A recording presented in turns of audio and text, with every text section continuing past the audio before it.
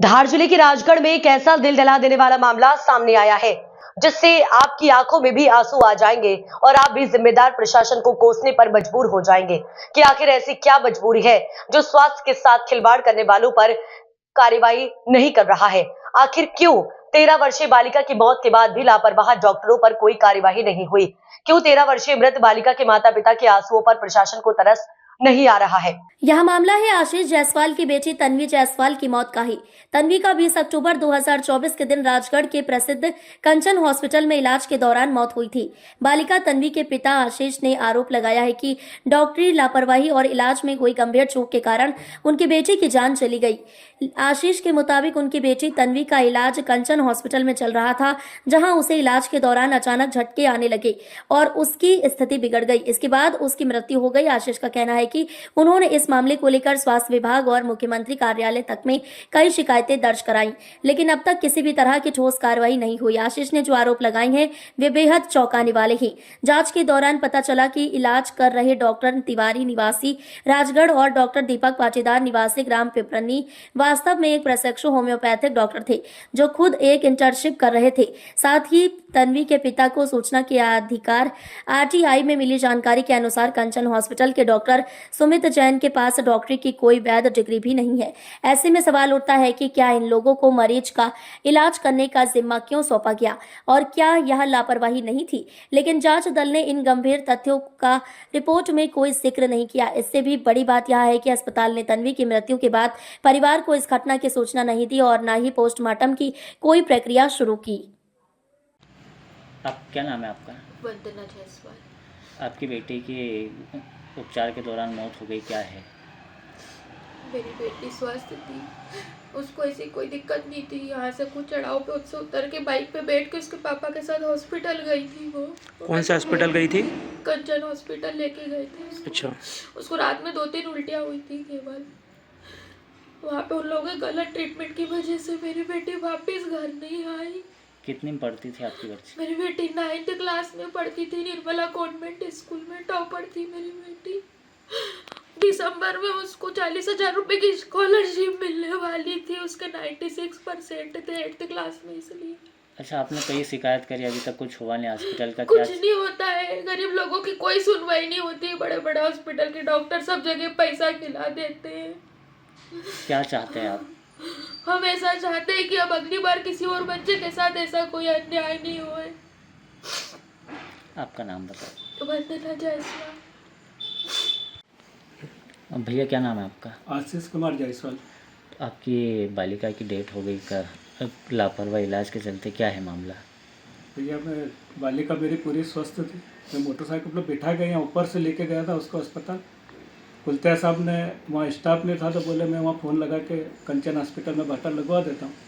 तो मैं कंचन हॉस्पिटल वहाँ लक्ष्मण नाम के आदमी से मैंने बात भी करी, कुलतिया साहब की बात भी करी।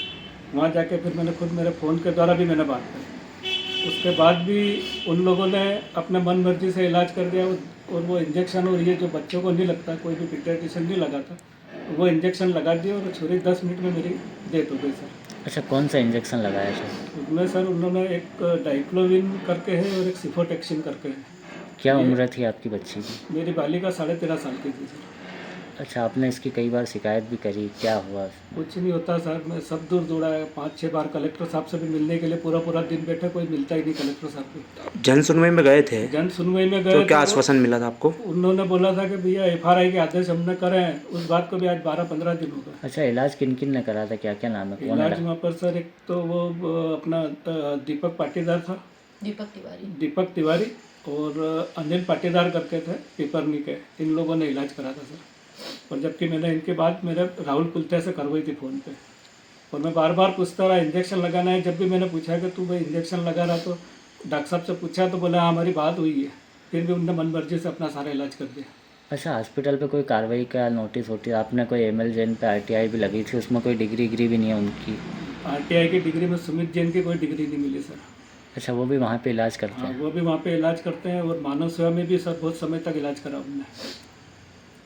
अच्छा, कब डेट हुई, कब का मामला है, कौन सी तारीख? ये 20 अक्टूबर की बात है सर। अच्छा। हाँ, मैं सब विभागों में दौड़ के थक गया। कितनी बार मैं परिवार सहित वहाँ CHM कार्यालय भी गया, वहाँ से भी बस वो आश्वासन दे देते हम देख रहे हैं, कार्रवाई कर रहे हैं, नोटिस दे रहे हैं, उससे ज़्यादा कुछ करते नहीं है सर।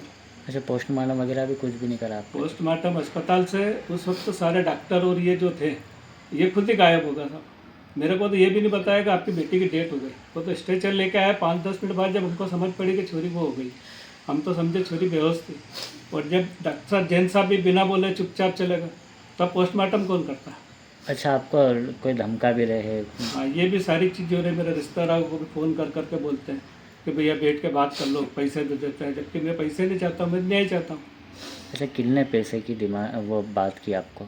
वहीं के एक डॉक्टर है, लेडीज डॉक्टर है, अच्छा, वो बार बार रिश्तेदारों को फ़ोन लगाती है, उनको बोलती है, फिर रिश्तेदारों के फ़ोन मेरे पास आते हैं।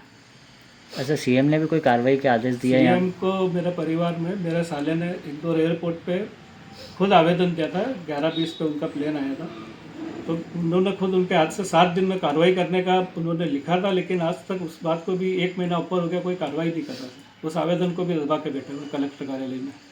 अच्छा, आपने जन सुनवाई में कितनी बार आवेदन दिया? और जन सुनवाई में सर मैं 2 बार पहले भी गया हूँ और इस बार भी वहाँ जन सुनवाई में आवेदन दे के आया हूँ। अच्छा, ये कंचन हॉस्पिटल की लापरवाही के चलते आपकी बेटी की डेथ हुई? जी सर।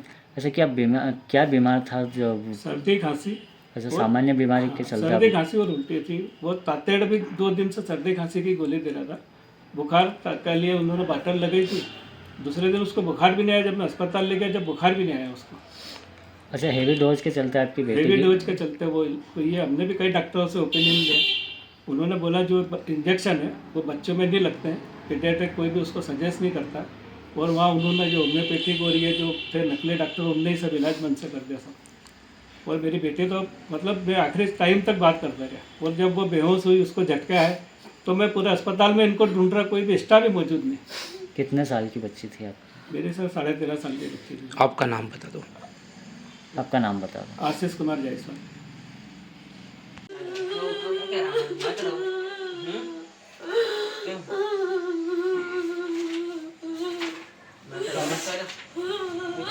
मेरी बेटी स्कूल की टॉपर थी, उसके पेपर में ऐसी फोटो आनी थी और अस्पताल वालों की वजह से हमको ऐसी फोटो देना पड़ रही है। उसको 40,000 रुपए की स्कॉलरशिप मिलने वाली थी स्कूल से।